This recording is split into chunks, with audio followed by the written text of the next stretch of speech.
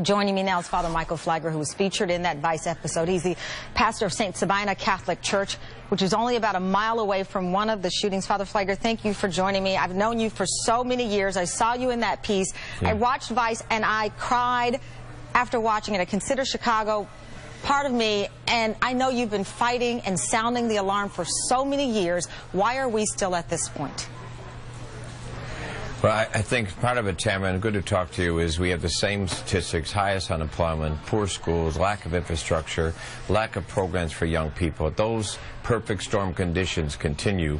And while we hear crime is better, when you have 7 murdered and 46 shot on one weekend, people are afraid. I had a family yesterday at church. His 10-year-old son, coming back from vacation on Saturday, says to his mom and dad, "I don't want to go back to Chicago. I'm afraid."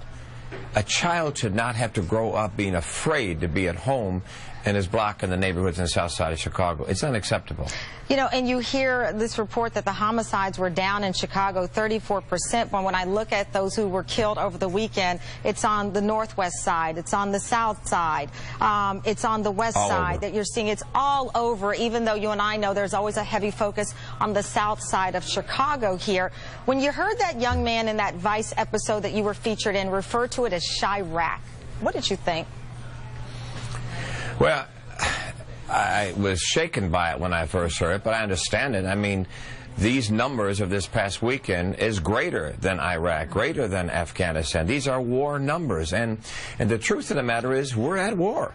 There's an epidemic of violence. There's a genocide that's going on. But if it is a war, then we have to understand what a war needs is soldiers. It needs boots on the ground. And the community is going to have to be involved and engaged, because if we're thinking the police are going to stop this, it's not going to happen. But you've been saying that for so long, community engaged. I saw you picket, you know, liquor stores targeting the neighborhood where they were selling malt liquor. I've seen you protest with success. But with this particular issue, there have been these marches. We've seen the beautiful faces of kids who were mowed down, and we've seen others carted off to jail for the rest of their adult lives. But we're still at this point. Well, I think part of it is people have been overwhelmed by it. There's one segment just are overwhelmed. They can't handle it. And other people are just hopeless by it. They just think this is the way it's got to be. And people, I know 2 families who's told their college sons, don't come home this summer. Stay where you're at in Atlanta. Stay where you're at in D.C. Don't come home because I want you to be safe. I think the other part is people are afraid.